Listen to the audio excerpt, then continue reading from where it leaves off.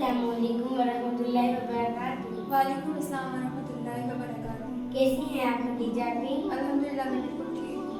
हमारे स्कूल में हर तरह ईद उल अज़हा की सरगर्मियाँ हो रही हैं।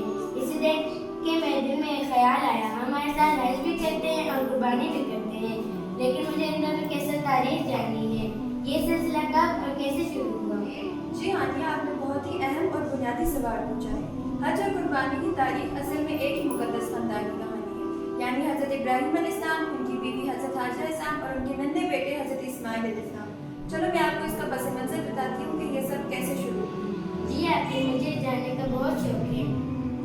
हाँ जी, ये कहानी आज से 1000 साल पहले शुरू होती है, जब अल्लाह ताला ने हज़रत इब्राहीम अलैहिस्सलाम को हुक्म दिया कि वो अपनी बीवी हज़रत हाजरा अलैहिस्सलाम और अपने नन्हे बेटे हज़रत इस्माइल अलैहिस्सलाम को मक्का की एक वीरान वादी में छोड़ाएं।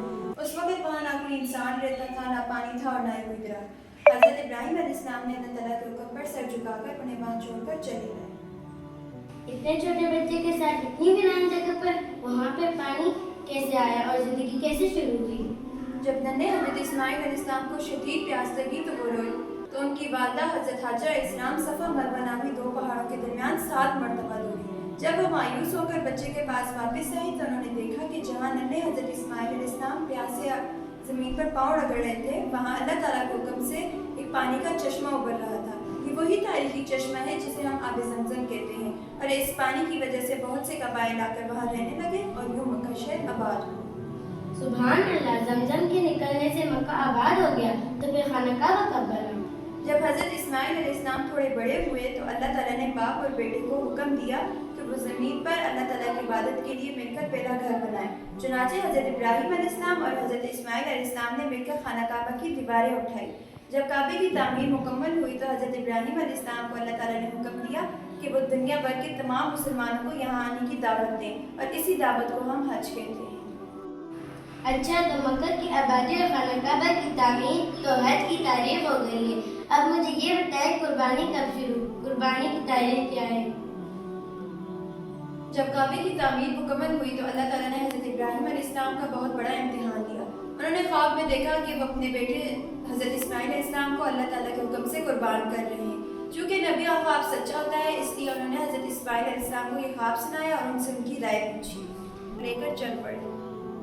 मैंने शैतान और कौंसलों के बारे में कुछ सुना है। जी हाँ, शैतान ने 3 अलग जगह पर हज़रत इब्राहीम अलैहिस्सलाम को भिगाने की कोशिश की ताकि वो हज़रत इस्माइल अलैहिस्सलाम को कुर्बान न करें और अल्लाह ताला का हुक्म टाल दें, लेकिन हज़रत इब्राहीम अलैहिस्सलाम ने हर बार शैतान को पत्थर मारकर भगा दिया। इस अजीम वाक़े की याद में हाजी हज के दौरान शैतान को कंकरियाँ मारते हैं। वाह, यानी ये भी इस तारीख का हिस्सा है। फिर जब वो कुर्बानी की जगह पर पहुंचे तो क्या हुआ? जब वो जगह पर पहुंचे तो हज़रत इब्राहीम अलैहिस्सलाम ने अपने बेटे हज़रत इस्माइल अलैहिस्सलाम को ज़मीन पर लिटाया। बेटे की मोहब्बत सामने न आए इसलिए उन्होंने अपनी आंखों पर पट्टी बांध दी और पूरे दिल से अल्लाह का नाम लेकर छुरी चला दी, लेकिन अल्लाह ताला को तो सिर्फ उनकी नियत और वफादारी देखनी थी।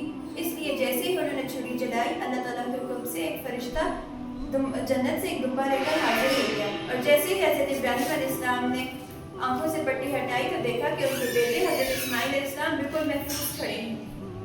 वाह, ये तो बहुत ईमान अफरोज वाक़या है कि अल्लाह ताला ने उनका इम्तिहान कबूल फरमा दिया। जी हाँ, अल्लाह ताला को बाप और बेटे का ये सच्चा जज्बा और मोहब्बत इतनी पसंद आई कि उन्होंने क़यामत तक के मुसलमानों के लिए इस याद को जिंदा रखना लाजिम कर दिया। इसीलिए हर साल ज़ुल्हिज्जा के महीने में तमाम मुसलमान जानवर कुर्बान करके हज़रत इब्राहीम अलैहिस्सलाम की इस अजीम सुन्नत को याद करते हैं।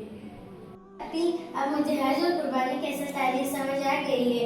आपका बहुत बहुत शुक्रिया, आपने इसको मुझे इतने आसान और अच्छे अंदाज में समझा दिया। आपका भी बहुत शुक्रिया कि आपने मुझसे सवाल पूछे। अल्लाह ताला हम सबको अपनी दीन को सही तरीके से समझने की तौफीक अता फरमाए। आमीन। अस्सलामु अलैकुम व रहमतुल्लाहि व बरकातहू।